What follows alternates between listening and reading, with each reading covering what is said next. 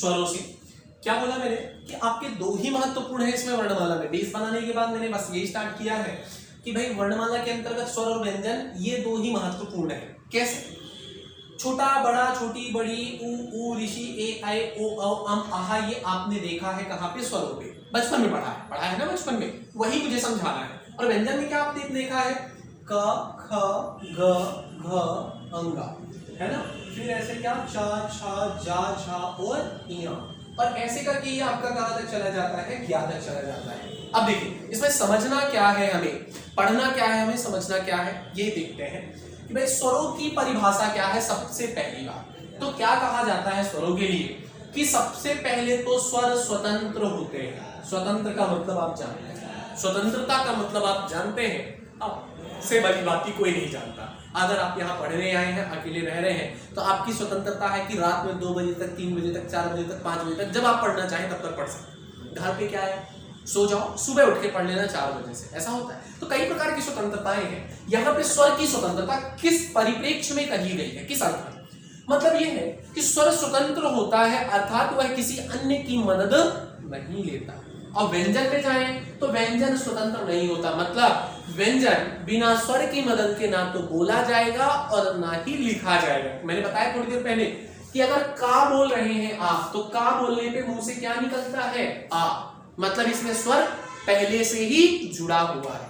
बात समझ में आ गई? जैसे आपका कोई भी नाम है, मैंने कहा था रमेश, गणेश, सुरेश, महेश, कोई भी नाम ले लीजिए। मैंने कहा, आपने क्या कहा? आपका नाम क्या है? सपोज राहुल, ठीक है। तो राहुल अगर देखा जाए तो क्या बोला गया? राहुल। तो आ बोला यहाँ पे, तो आपने आ आया, यहाँ पे उ आया, मतलब इसमें क्या जुड़ा हुआ है? स्वर जुड़ा हुआ है। इंग्लिश में देख लीजिए AHUL, तो ए आ गया आपका। ए क्या है? वॉवेल, मतलब स्वर है।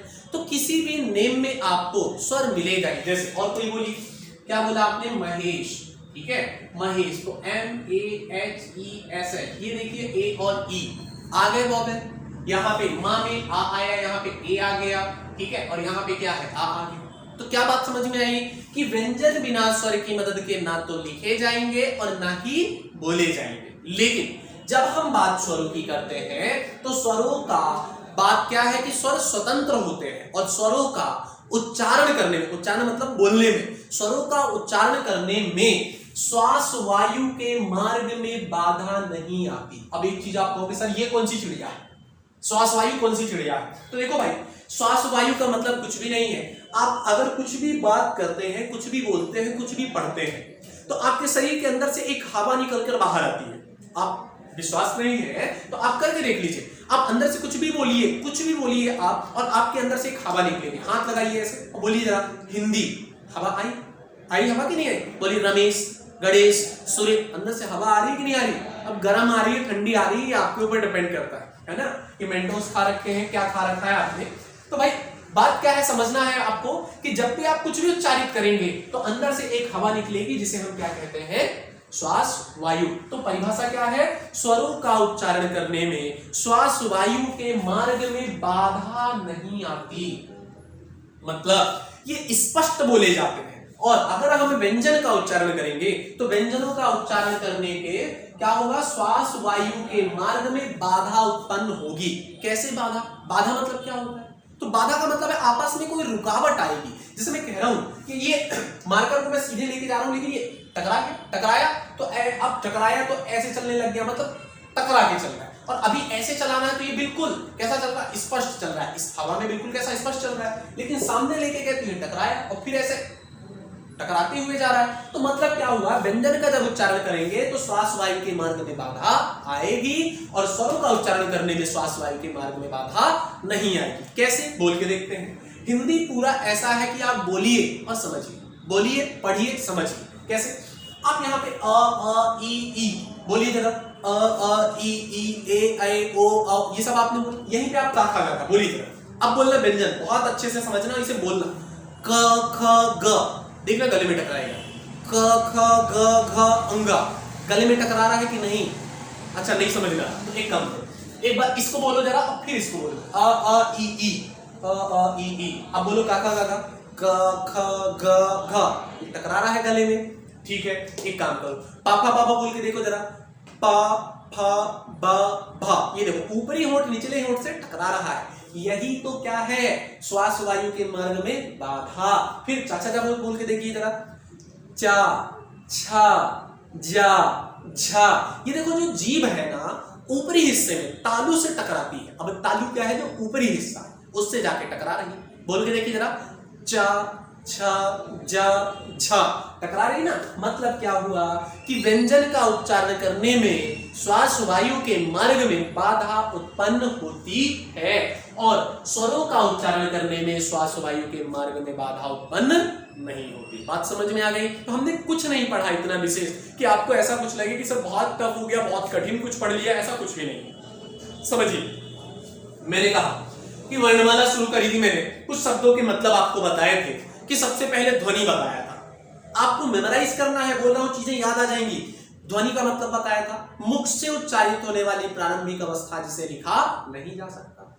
ध्वनि के बाद में हम पहुंचे थे अक्षर में, तो ध्वनियों का सम्मिलित लिखित रूप अक्षर कहलाता है, परंतु अक्षर के खंड या टुकड़े नहीं किए जा सकते। अक्षर के बाद में हम कहां पहुंचे थे, शब्द में पहुंचे थे, ठीक है, वर्ण में पहुंचे थे। तो अक्षर के बाद वर्ण में आएंगे, तो अक्षरों का सम्मिलित लिखित रूप जिसके खंड हो सकते हैं वह वर्ण कहलाता है। वर्ण के बाद हम पहुंचे थे कहां पे, शब्द में, तो वर्णों का सार्थक समूह शब्द कहलाता है। ये भी हमने पढ़ा था ना, कई वर्ण मिल जाएंगे और उनका अर्थ निकलेगा तो वह शब्द कहलाएगा। शब्द के बाद में हम वाक्य पहुंचे थे, तो वाक्य में क्या है, शब्दों का व्यवस्थित या क्रमबद्ध समूह क्या कहलाता है, वाक्य कहलाता है। पढ़ा था ये भी। वाक्य के बाद में हम पहुंचे थे कहां पे, पद में। तो पद का मतलब क्या है कि जब अगर शब्द स्वतंत्र रूप से लिखा है तो शब्द है, अगर शब्द वाक्य के अंदर लिखा है तो वह क्या है, आपका पद है। समझ में आ गई ये बात भी।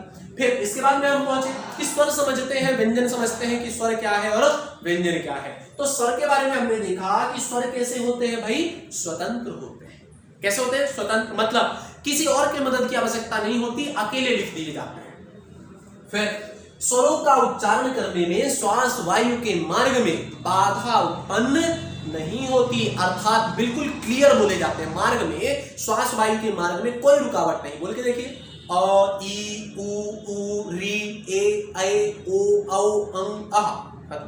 लेकिन जब व्यंजन की बात आती है तो व्यंजन क्या कहता है कि व्यंजन का उच्चारण करने में श्वास वायु के मार्ग में बाधा उत्पन्न होती है।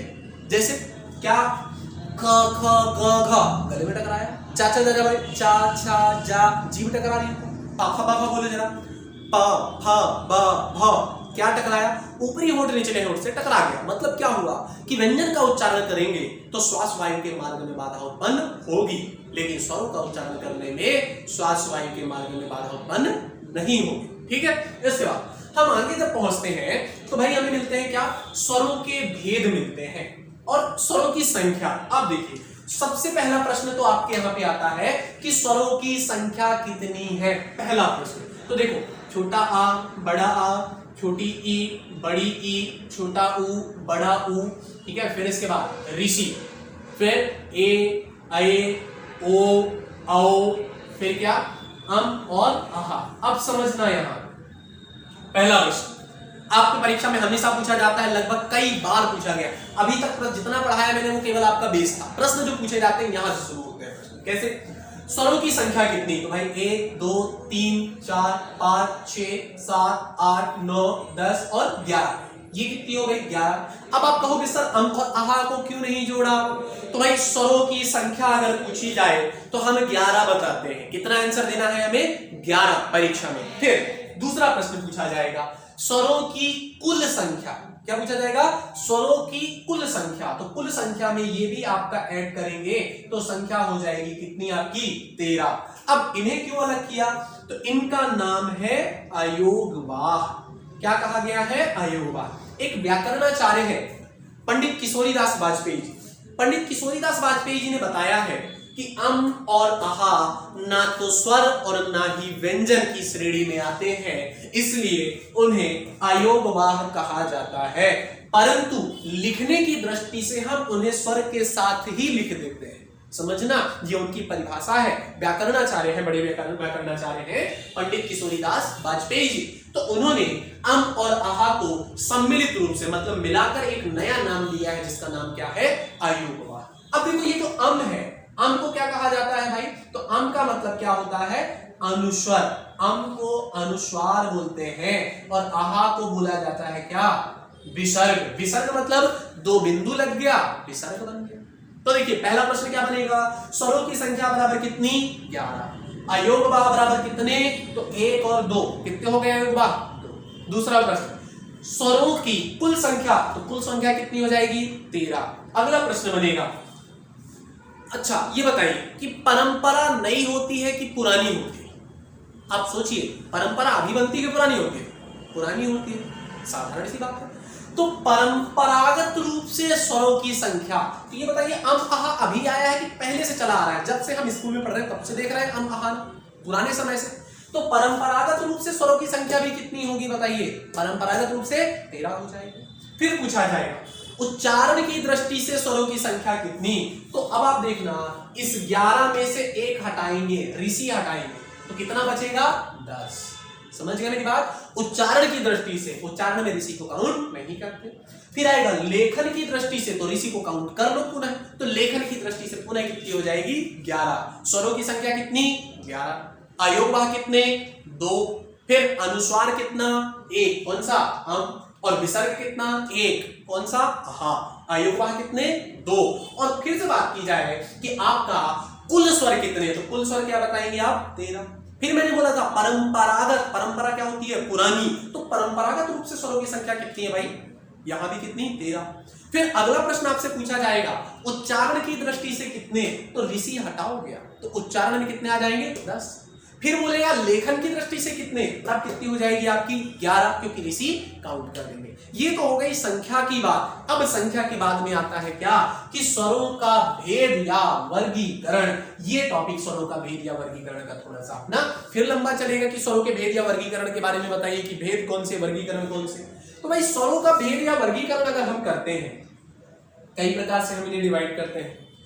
सबसे पहला तो जो हमारा है मात्रा या उच्चारण की दृष्टि से, किसकी दृष्टि से, मात्रा या उच्चारण की दृष्टि से स्वर।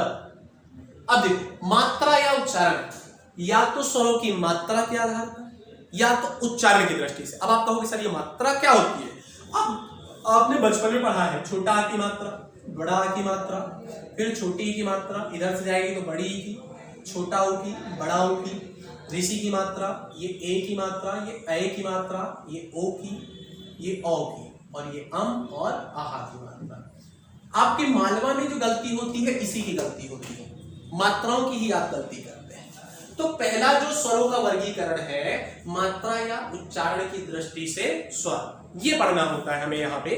तो मात्रा या उच्चारण की दृष्टि से कितने भेद होते हैं यहाँ पे अपने, 3 भेद। अब देखिए ये 3 भेद में सबसे पहला है ह्रस्व स्वर। कौन सा स्वर, ह्रस्व स्वर। फिर है कौन सा, दीर्घ स्वर। और फिर कौन सा है आपका, दीर्घ के साथ ही है एक संयुक्त स्वर। और लास्ट में आता है आपका कौन सा स्वर, प्लुत स्वर। तो ये पहला हो गया, ये दूसरा और ये तीसरा, ठीक है। अब एक लिखा हुआ है ह्रस्व। ह्रस्व, ह्रस्व लिखना भी सीखना है आपको। जैसे हा लिखा है, आपने अंदर कुछ भी कर दिया, ऐसा नहीं करते। हा के अंदर रा बनाते हैं तो ह्रस्व बनता है, हा के अंदर या भी बनता है, हा के अंदर मां भी बनता है। तो ये ध्यान रखना है, आप तो कुछ भी कर देते ऐसे करते हो ना, तो इसको ध्यान रखना कि हिंदी में ऐसा नहीं करते। एक लिखा है ह्रस्व स्वर कौन से है, तो सबसे पहले ह्रस्व का मतलब समझिए कि ह्रस्व का मतलब होता है छोटा, ह्रस्व का मतलब होता है क्या, कम। समझ गए कि ह्रस्व जो है इसका मतलब क्या होता है, छोटा या कम। अब किसके आधार पर पढ़ रहे हैं, उच्चारण के आधार पर, या किसके आधार पर, मात्रा के आधार पर। तो ह्रस्व स्वर की परिभाषा बनेगी कि जिन स्वरों का उच्चारण करने में, क्या करने में, उच्चारण करने में समय कैसा लगता है, कम लगता है। और अगर समय कम लगेगा तो उसकी मात्रा भी कितनी होगी, एक मात्रा। कितनी मात्रा, एक मात्रा। तो उसे कौन सा स्वर कहेंगे, ह्रस्व स्वर। समझिए दोबारा से, हमने देखा कि मात्रा या उच्चारण की दृष्टि से स्वर कितने भेद बताए गए, यहाँ पे 3 भेद बताए गए। अब देखो ये 3 भेद में सबसे पहला आपके सामने कौन सा आया, ह्रस्व स्वर। ह्रस्व का मतलब मैंने आपको क्या बताया है कि ह्रस्व का अर्थ है छोटा या कम। वे स्वर जिनका उच्चारण करने में समय कम लगे और उस समय की गिनती या उस मात्रा की गिनती कितनी मानी जाए, 1 मानी जाए। अगली बात, छंद शास्त्र में उसे लघु मात्रा कहते हैं। कौन सी मात्रा कहते हैं इसे छंद शास्त्र में, लघु मात्रा। किसे, ह्रस्व स्वर। थोड़ा टफ लग रहा है क्या, नहीं बिल्कुल टफ नहीं है, बस समझना 3 शब्द समझना कि ह्रस्व का मतलब होता है कम, तो जिनका उच्चारण करने में समय कम लगे और उस समय की गिनती कितनी होगी, 1 होगी, और उसे कौन सी मात्रा बोलेंगे, लघु मात्रा। तो ये कौन सा स्वर है, ह्रस्व स्वर। समझ गए। अब ह्रस्व स्वर के उदाहरण पूछेगा कि कौन कौन से ह्रस्व के उदाहरण है, मतलब वे स्वर जिनका उच्चारण करने में समय कम लगे। अ, ई, उ और ऋषि, इनका उच्चारण करने में समय कम लगता है और इसीलिए इन्हें हम कौन सा स्वर कहते हैं, ह्रस्व स्वर कहते हैं। समझ गए। इसके बाद अगला जो पॉइंट है इसी का सेकंड वाला पॉइंट, तो सेकंड क्या कहता है, दीर्घ। दीर्घ का मतलब आपको पता है, दीर्घ मतलब क्या होता है, ज्यादा। दीर्घ का मतलब ज्यादा। तो अब परिभाषा क्या बनेगी कि जिनका उच्चारण करने में समय कैसा लगेगा, अगर इसमें समय कम लगा था तो दीर्घ में समय ज्यादा लगेगा। इसकी मात्रा 1 थी तो इसकी मात्रा क्या हो जाएगी, 2 हो जाएगी। इसे छंद शास्त्र में लघु मात्रा कहते हैं और इसे छंद शास्त्र में कौन सी मात्रा बोलेंगे, गुरु मात्रा। कौन सी मात्रा, गुरु मात्रा बोलते हैं। और इसका एक साइन होता है, साइन मतलब आप जानते हैं हर चीज का साइन, तो उसका प्रतीक चिन्ह है एस, ऐसा कुछ एस बना देंगे। और आप कहोगे सर इसमें क्या बनाएंगे, तो इसमें कुछ भी नहीं, आपको ऐसे एक खड़ी पाई बना देनी है, पूर्ण विराम बना देना है, एक डंडी बना देनी है सीधी, बस। तो ये आपका हो जाएगा कौन सा, दीर्घ स्वर। अब दीर्घ स्वर के उदाहरण, तो देखो दीर्घ स्वर के उदाहरण बड़ा आ, बड़ी ई और बड़ा ऊ, ये किसके उदाहरण है, आपके दीर्घ स्वरों के उदाहरण हैं। ठीक है। इसके बाद आगे चलते हैं, हम कहां पहुंचेंगे, संयुक्त स्वरों में। तो भाई देखो, संयुक्त का मतलब नाम से ही स्पष्ट है। संयुक्त का किससे स्पष्ट है, नाम से। संयुक्त मतलब होता है जब 2 चीजों को आपस में क्या कर दिया जाए, मिला दिया जाए। तो कैसे मिलाएंगे, देखिए संयुक्त स्वर इसी के अंतर्गत आता है कि जिनका उच्चारण करने में भी समय कैसा लगेगा, अधिक। और अधिक समय किसमें लगा था, दीर्घ में लगा था। संयुक्त में भी उच्चारण करने में समय कैसा लग रहा है, अधिक समय लग रहा है। और अगर अधिक समय लगा था दीर्घ में तो गिनती कितनी थी, 2, तो इसकी भी गिनती कितनी होगी, 2 हो जाएगी संयुक्त की।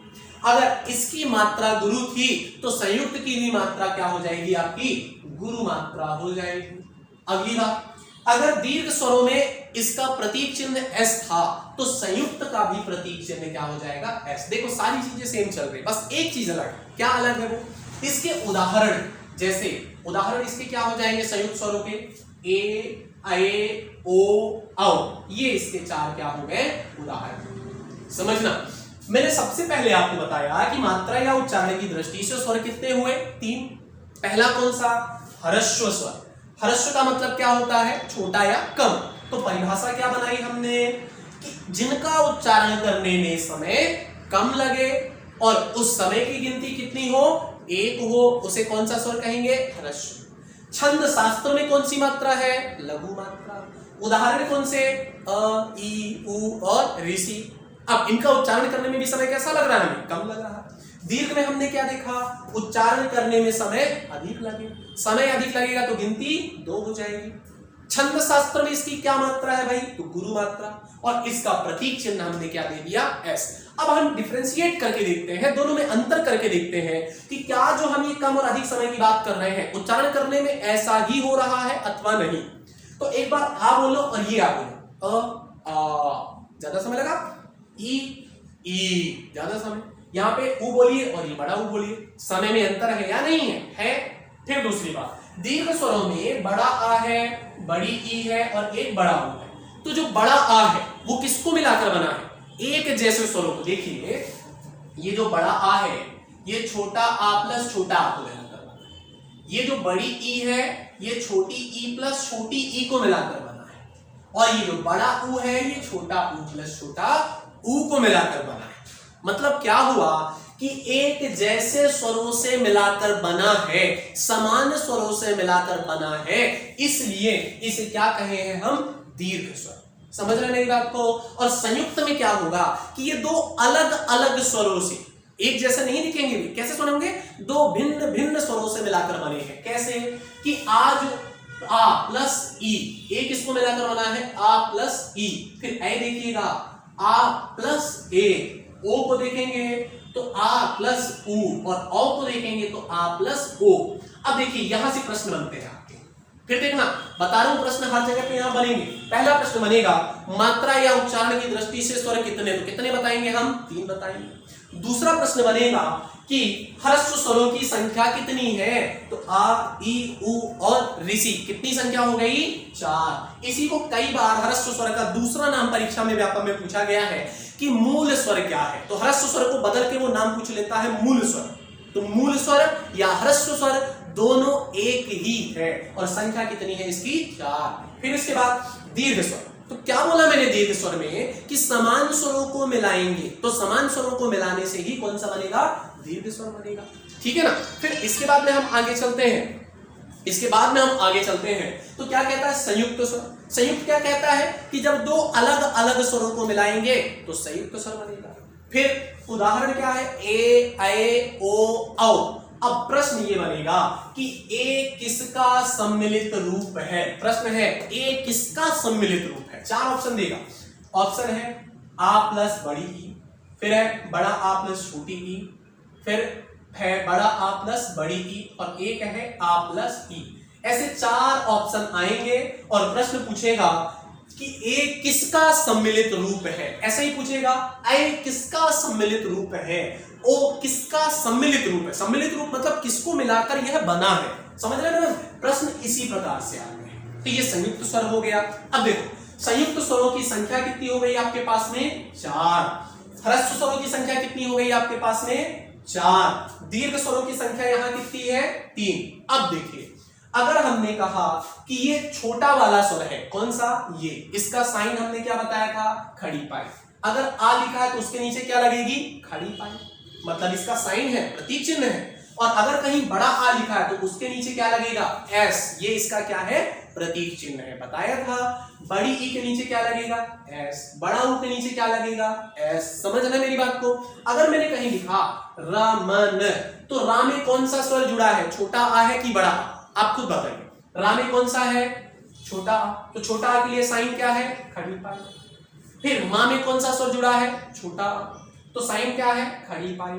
ना में कौन सा स्वर है? छोटा आ, तो साइन क्या हो जाएगा? खड़ी पाई। इसके बाद रामा, बड़ा रा लिख दिया, बड़ा आ लग गया, तो साइन क्या लगेगा इसमें? प्रतीक चिन्ह गुरु की मात्रा।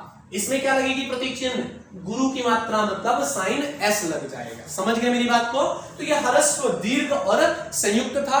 प्लुत का मतलब क्या होता है कि हिंदी में उन्हें लिखा नहीं जाता, केवल उच्चारित किया जाता है, और इनका उच्चारण करने में 3 गुना समय लगता है। देखिएगा ह्रस्व में 1 गुना समय लगा था, दीर्घ में 2 गुना लगा, संयुक्त उसी का पार्ट है उसमें भी 2 गुना लगा, लेकिन प्लुत स्वरों में 3 गुना समय लगता है। कैसे? जब हम सुबह सुबह मेडिटेशन करते हैं तो ओम बोलते हैं। क्या बोलते हैं? ओम। और कितने गुना समय लगाते हैं उच्चारण करने में? 3 गुना। कई बार आप सीढ़ियां चढ़ के ऊपर आते हैं, बैग टंगाए हुए, थके हुए, और जब बैग नीचे रखते हो आप तो क्या बोलते हो? मुंह से बैग रखते ही हे राम ऐसा करते हो, लंबी सांस लेते हो। तो हे राम मतलब क्या? ये राम मतलब क्या हुआ? ये 3 गुना समय लग रहा है। यह प्लुत स्वर है। ये जो आ लिखा हुआ है, ये जो आ है, ये जो आ है, ये प्लुत स्वर है। ये संस्कृत का है, मतलब प्लुत स्वरों का प्रयोग संस्कृत में लिखने में होता है, परंतु हिंदी में केवल किसमें होता है? उच्चारित करने में होता है। तो मेरे हिसाब से क्लास समझ में आई होगी आपको। हमने कुछ ज्यादा विशेष नहीं देखा है। हमने वर्णमाला शुरू करी थी, वर्णमाला में कुछ शब्दों के मतलब जाने थे, फिर स्वर और व्यंजन की परिभाषा देखी थी, स्वरों की संख्या कितनी है, कुल स्वर कितने हैं, ठीक है। कुल स्वरों के बाद में परंपरागत रूप से स्वर कितने हैं ये देखा, ठीक है। फिर इसके बाद में उच्चारण के रूप में कितने थे, लेखन की दृष्टि से कितने थे, फिर स्वरों का भेद या वर्गीकरण में केवल 1 भेद पड़ा है, 5 भेद होते हैं। मतलब एक वर्णमाला की क्लास को पढ़ने में हमें 7 घंटे लगते हैं। और पूरा अगर आप क्लास में बने रहेंगे तो कहीं से कोई भी पुस्तक आप उठाएंगे, सारे प्रश्न आपसे बनेंगे और क्वेश्चंस मैं लाके दूंगा आपको। ठीक है, चलिए मिलते हैं अगली क्लास में अगले टॉपिक के साथ। तब तक के लिए धन्यवाद।